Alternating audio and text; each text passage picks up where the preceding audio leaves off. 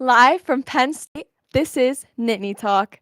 I'm your host, Emily Koza, and tonight we'll be sending it over to the entertainment panel to discuss a pitch perfect classic, Rebel Wilson, and superstar Morgan Wallen.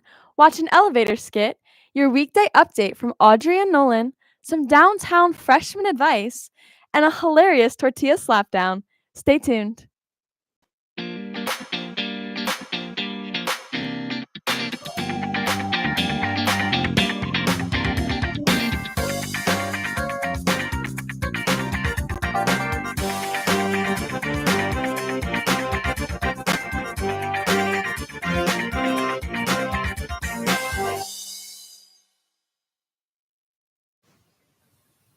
I'm Courtney McGinley, joined here today with Emma, Jake, Jordan, and Evan.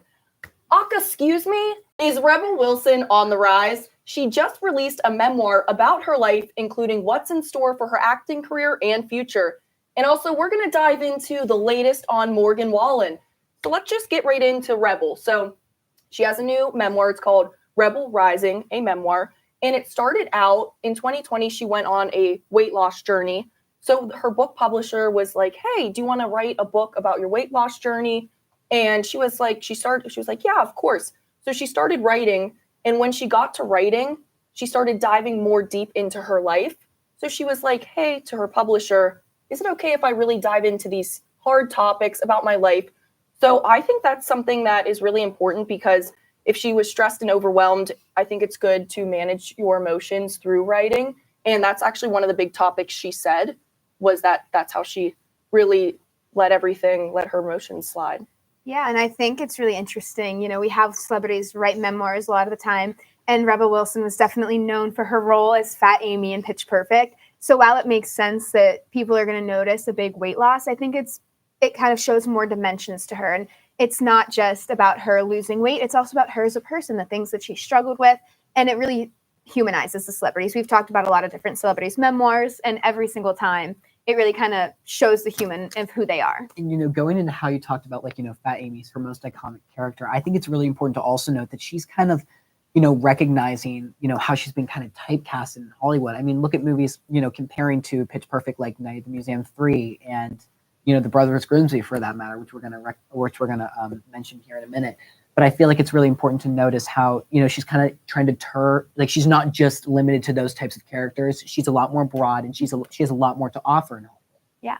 Very versatile. And I think, like you guys mentioned, she's most known for that role in Pitch Perfect. So I think this book really helps bring out, Jordan, like you said, her humane side and let everyone see her for who she really is and not just this very stereotypical character that everyone sees her as. So.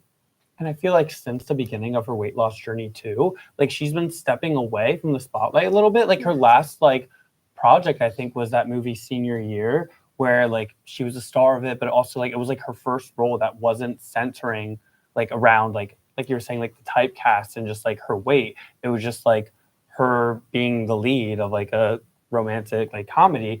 And so I feel like that was like a start of like the stepping stone. And now that she has this memoir, like she's starting to like get back out there. She has like some upcoming projects, something she's directing too. So I think it's like it's just really neat, like watching her just grow, not only as an actress, but just like as a human, like you guys said too. Yeah, exactly. That's actually what she mentioned in an interview. She said, I wasn't in the spotlight for a while, but when in 2020, when I did lose all that weight, something shifted where everybody was so like, oh, there's Rebel Wilson. We haven't seen her in a lot of projects in a while. And with that, like typecasting and in that realm, she mentioned a lot in her memoir about people pleasing and that she really struggles with that. Mm-hmm. And she actually said in an interview, when you write about the truth, not everybody is going to be happy about it. And when she does have those people pleasing tendencies, that also kind of helped her, like writing her truth is like, yeah, not everybody is going to be happy about it, but in the people-pleasing standpoint, I know, like, for her, I'm sure that was really difficult to conquer, but also I applaud her for it. Well, and I think a hard part about, you know, being in that limelight and being in Hollywood and movies and all that stuff is typecasting exists. And whenever you go in for auditions, people are looking for a specific hair color, a specific height, a specific weight. It's just a part of the industry that they've stepped into. And so that's the weird balance of, you know, you should be credited for your work and how you come across on camera, but it's also a big part of your job is the way you look. And I like that she's speaking out against that a little bit more and being like, I am more than my weight. This is me as a human. These are the things I've struggled with. And, you know, it's normal. It happens to everyone. It happens to me. It happens to all these actors and actresses. And like, let's be more aware of that. Exactly. I would agree. You know, going back to what you said, Courtney, about her being a people pleaser, I think it's really important to note that memoirs are like a tell-all. They're not really meant to be people pleasing. It's meant, you know, it can be interpreted however the audience reading it wants it. And I think that's really important. She dives into some like really tough topics in here, like the Sacha Baron Cohen, like, you know, accusations. And I just think it's really important to note that too. Like, you know, you might be uncomfortable with it. You might like those people, but she doesn't care. It's not about that. And if you're interested in her life, you might enjoy it. But, you know. Yeah. Yeah, that actually poses a question. So do you guys think in a tell-all memoir, it's important to really get it all out there no matter who else it affects? Or like, do you guys think that some things should be more shielded in a way? I think it's really important to get it all out there. I would agree too. You're already shielded in the media. I think memoirs are the perfect place to let out what you're really feeling inside. If I were in that situation, I don't know that I'd want to hide anything anymore. I'd probably find a book as a way to really let my emotions out. And like going back to the people pleasing that you said, Jake, she called Sacha Baron Cohen a major a-hole in this. So it's people pleasing for some people, not some people pleasing for others. And I think it's really cool that she was able to say these things about him, but still be truthful to herself. And I know some people were saying that Sacha Baron Cohen and Isla Fisher just announced their divorce, got divorced. And that was a real heart wrench to me. Yeah, they've been married for like 15 years. I know, Yeah, over a decade. And people are saying that Rebel's book is the reason that their divorce happened. I'm like, no. Or something. Yeah, I'm like, that's just, I don't think that's true. I think Fisher, Rebel wasn't she like defending her husband, like her ex-husband too? Like, am I incorrect? I thought she was. Like, she was. I can't speak on that, but I just think it's so weird. Like, why would you blame it on Rebel? She's just trying to get herself out there. Set her soul free. And B, her book came out April 2nd, and the divorce was announced last Friday. I don't know how many days are in between there, but it's probably as many as one hand. So, divorce. And another side of it is not every celebrity is writing a memoir. So in that point, it's like, of course, if you're choosing to write a memoir, you should be honest and you should tell your truth because it's not a requirement.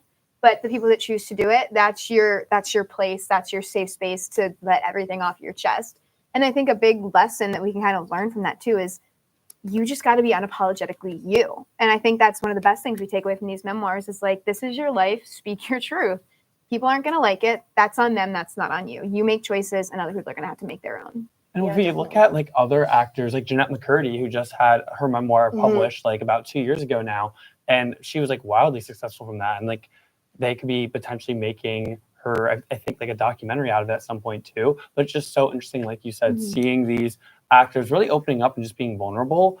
And I'm not saying it's like a trend almost, but it's nice that like other actors are like, you know, like kind of taking advice from each other, kind of doing what each other's like, you know, following the leader a little bit. So like that's like kind of nice to see more actors like expand on that and like telling their own truth. Yeah, definitely. And I think there's a stigma around telling the truth as well. I know a big topic in her memoir was when she lost her virginity and she was really scared to even admit to her family and her friends. The first person who ever found out about it was her publisher, her editor. And I just think that with that being said, like there is a stigma around just like that topic in general, but just like letting other people know, like I feel like celebrities, they shouldn't have to feel so afraid, but when they are presented in the media, that is something that everybody's going to judge you for something. And I mean, that kind of goes every which direction. You could say that about anybody. People are always going to have judgments, always going to have something to say. It's a little bit harder when you're in those, public figure roles because a lot more people are going to have a lot more to say about you. But I mean, she's being honest. And I think that's something that everyone could take a lesson from is just exactly be unapologetically yourself. Before we do move on to Morgan Wallen, I want to say that in an interview, she said that she's not at all opposed to Pitch Perfect 4. And what are your guys' thoughts on that? I'm also not at all opposed to Pitch Perfect 4. Those are classics. She also did a show with like Bumper, like a spin-off show. So I definitely feel like they can like just like make something out of that, like either like another Peacock original show, like maybe like a Fat Amy spinoff or like something like that. But It would anything definitely would be be great. interesting to see what that would become. Yeah, like let's get it going. Yeah. But so a couple days ago, Morgan Wallen, he did more than let the liquor talk. I'm going to be honest. So he was arrested on Sunday night after throwing a chair off of a 6-story rooftop bar in Nashville, which like 6 stories, that's The he's South- pretty He Also definitely close had to some some whiskey cops, too. glasses. I'm loving all yeah. the references here. But the chair, thankfully, it didn't hit anybody. But of course, it landed right next to. right between some police Of officers. course it would. Of course. So I actually did see a video on TikTok of the actual chair, though. And if someone was standing there, I think it really could do some serious damage. So one thing that I don't think it was out of anger, though. I think he was just really intoxicated. Well, especially because when the police came to him, he was laughing about it, which probably just made them even more mad than they already were. But 3 felony charges. That's a big one. That is a big one because a felony versus a misdemeanor. Felony is like the worst you can really get at. And I know he was bailed out, or he bought the bond $15,000, which $15,000 I don't really think to him is a lot. Makes a dent. Yeah. And so I think that also poses a question, like, do you think celebrities get better treatment at all in these particular situations? I think it just depends. I think, maybe the first couple of offenses, people are a little more lenient with them, but it's also, we have to hold everyone to these same accountabilities. And just because you're famous and you're a big country singer, you can't be throwing chairs off of 6-story buildings. Yeah. And this also wasn't like his first time getting a charge. I believe it was back in 2020. That's when he got his first charge for public intoxication. Yeah. And I just feel like, you learn your lesson, and then like 3-4 years later, you're doing the same type of thing again. It's just like, I really don't think he had necessarily any like bad intentions, but just the fact that like you kind of let that happen again, like, it's never good to let history repeat itself. But unfortunately, that concludes the entertainment panel. But don't worry, tune in next week to hear the latest in the world of entertainment and pop culture.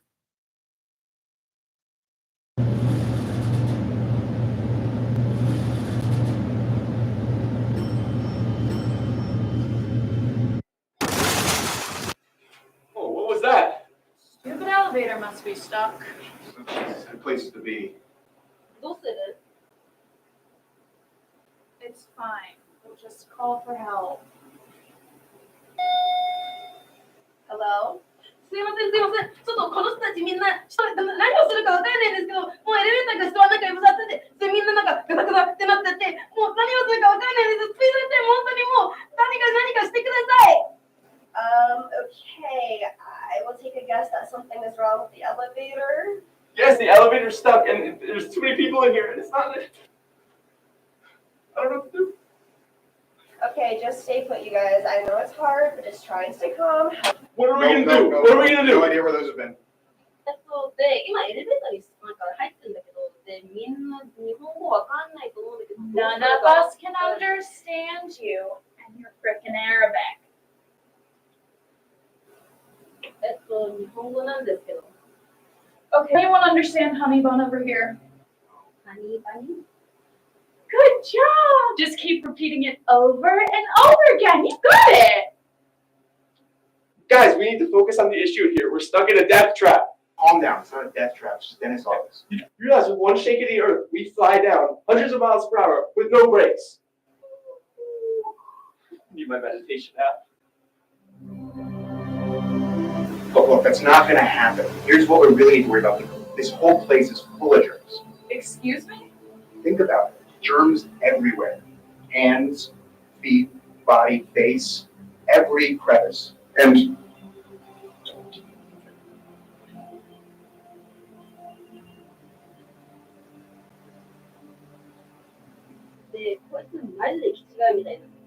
You shut that off. No, it's helping me.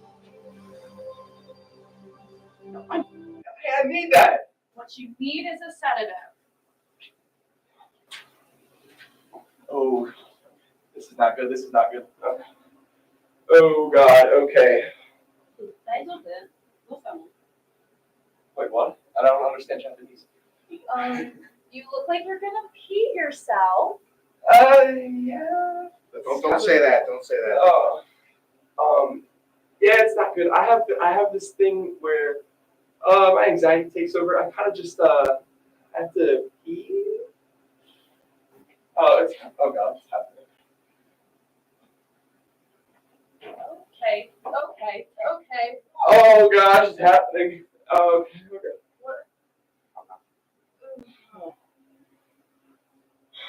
Okay, it's done. There's no way this is happening. Nope. It's pee. It's not rabies.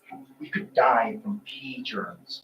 You'll live. Sorry, guys. Me, on the other hand, I'm missing my meditation and my yoga. How is that thing you're worried about right now? Do you know how much these yoga classes cost me? $80. How much a funeral costs? I don't care. You're not gonna die from pee germs. It would be a terrible. It's pee. Germs. You're I know. Shut up.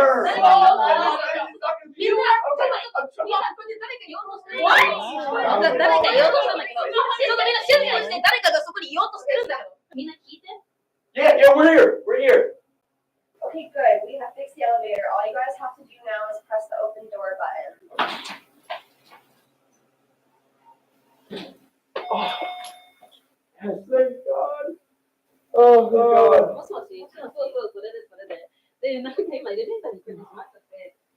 Disgusting.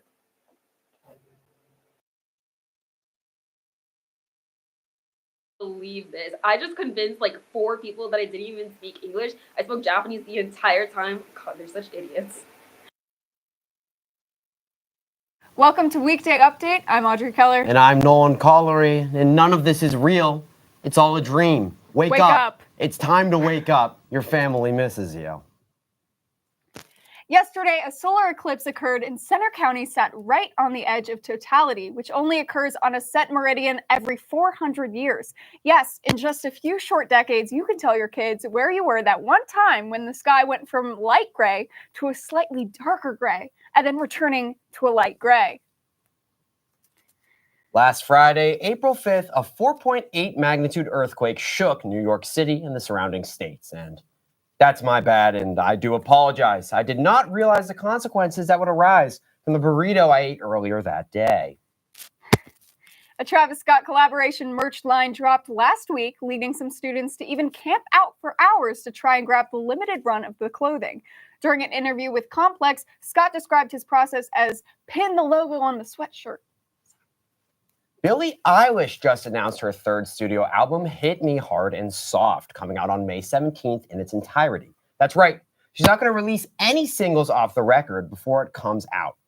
And Rolling Stone just announced a job opening for a pop culture reporter.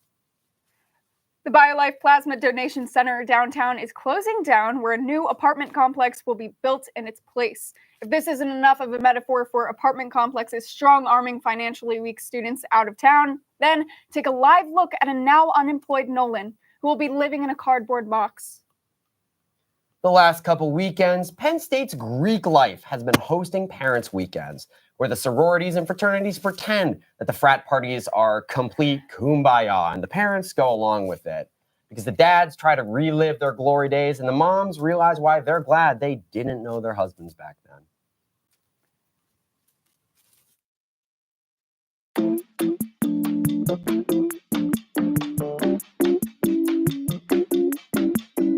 What's your name? I'm Taylor. Taylor, it's nearing the end of the semester, and there's going to be an incoming class of freshmen. What advice do you have to them in their first year? Incoming freshmen, I'd say avoid the buffet at East. Say just get the pasta. Kind of skip it. Go to Edge. Also, Edged? Wait, what? Pure, like the Pure Bowls, they make bowls. Yeah. Also, avoid hookup culture for as long as possible. Okay. Thank you for that advice. That was perfect. Upcoming freshmen. Okay, so what you want to do is basically, so the way you want to spend your meal plan is basically you want to buy dinners at the residence halls at like those little, I suggest West because they have the hot cookies. It's really delicious. And they have everything. They got pizza, they got pasta, they got hot cookies. It's amazing. And then occasionally, maybe once, twice, maybe 3 times if you're like a little crazy, 3 times Starbucks, and then occasionally get the subs because the subs are cheapest. It's like $2 for a foot long. Like, where can you even get that nowadays? And yeah, that's about all the advice I have for freshmen. Other than that, just like, live, laugh, love. Who am I here with? Zach. What advice? Ryan. Okay. What advice do you guys have for upcoming freshmen this fall? I'd probably say definitely don't wear condoms. Most girls are allergic to latex, so I would not wear those. All right. Okay. Interesting. What advice do you have for upcoming freshmen? Meet new people, talk to them.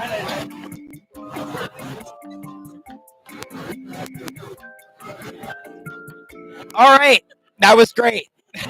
Don't simp over girls. You're a freshman. You'll meet new ones. You're not finding your wife freshman year. You're probably not finding your wife at Penn State. But, be nice to women still. Be nice to women. You're probably not finding your wife here, let's be honest. Bring comfy clothes. Bring a lot of sweatpants. You don't want to wear jeans every day. I know I packed a lot of like polos and jeans. Never wore them. Wore sweatpants, same pair of sweatpants every single day. Go to the IM building. A lot of fun games. A lot of fun activities. Join IM sports. Just get active in clubs. Like I would say join like a lot of clubs first week. Don't really look into it that much. And just find one you like and just stick with it. That's my advice. Yeah. That's perfect. Whatever you do, just like leave your in the toilets in East because like someone would always just want to see that. So do not flush. Who am I here with? I'm Caitlin. Caitlin, what advice do you have to upcoming freshmen this fall? Okay. Go in the freshman year with an open mind, open heart, and you're going to make such amazing friends. I'm here with my friends from freshman year. So they're awesome, and you're going to love it. Just seriously keep an open mind, and that's all you need to do. Perfect advice. Do drugs, too. Those are good, too. These are steroids, specifically. Anabolic steroids. Well, for the few freshmen that will see this video, I hope you learned something. Have a good fall semester.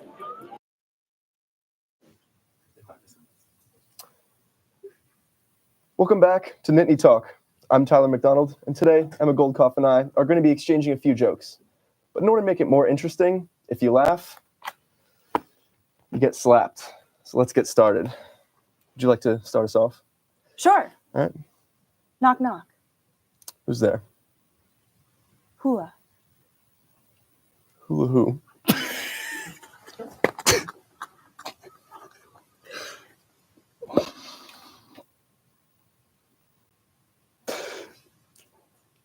I remember the first time I bought a universal remote. I thought, wow, this changes everything. Really funny. Thanks. What's the best thing about Switzerland? What's the best thing about Switzerland? I don't know, but its flag is a big plus. That's a good one.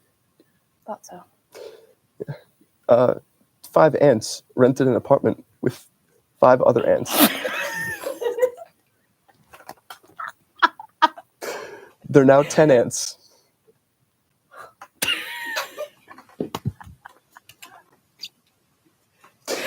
You're coming really close here, buddy. Oh.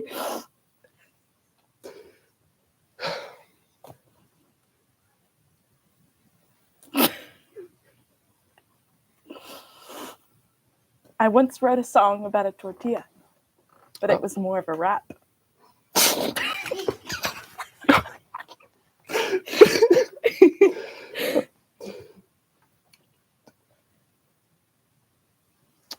My first apartment had a ceiling that was only 4 feet high.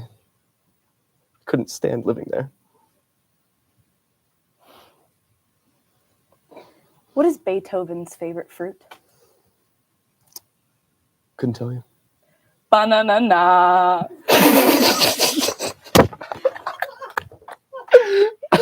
Okay. 2 antennas got married last weekend. Really? Yeah, the reception was amazing.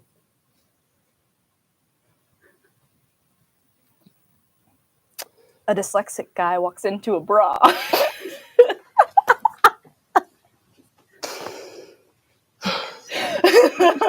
Really? Did he?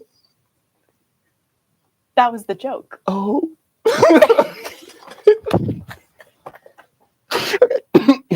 Did you get it? A bra, not a bar. Oh. It's okay. Now I get it. Only some of us can be funny. Oh, okay. I played a game of poker with some pot-smoking cattle the other day.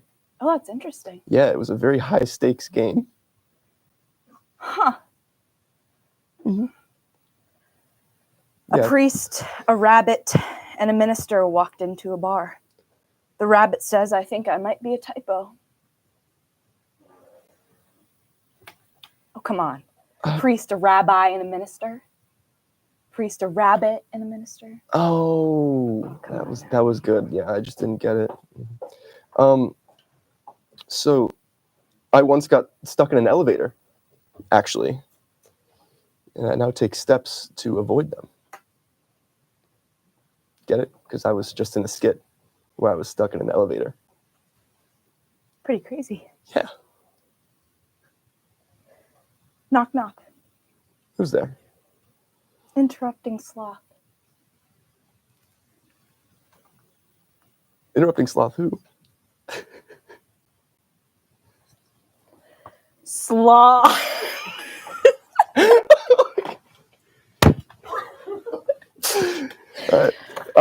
People are shocked when they find out I'm not a very good electrician. Really? Yeah. Shocking. Well, that's all we've got. Hope you enjoyed. Back to you, Emily. Unfortunately, that is a wrap for tonight, and we must bring another great show to an end. From Nittany Talk, I'm your host, Emily Koza. Thank you for joining us, and we hope you enjoyed as much as we did. We'll see you next time.